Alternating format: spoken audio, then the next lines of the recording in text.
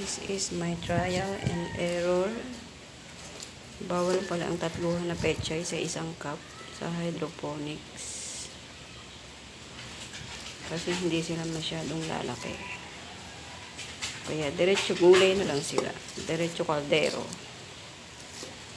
Pwede ito sa noodles.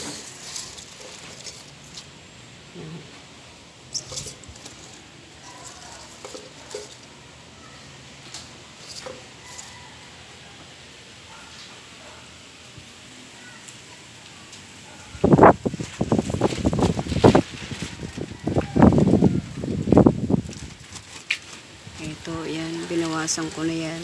Dati tatluhan. Ngayon, isa na lang. Tigi-isang pechay sa isang cup. Kasi hindi lumalaki pag tatlo ang tanim sa isang cup. Kaya diretso luto na.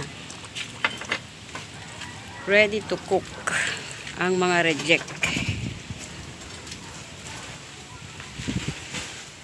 Ito ang mga reject. Ayan. Hindi na masama.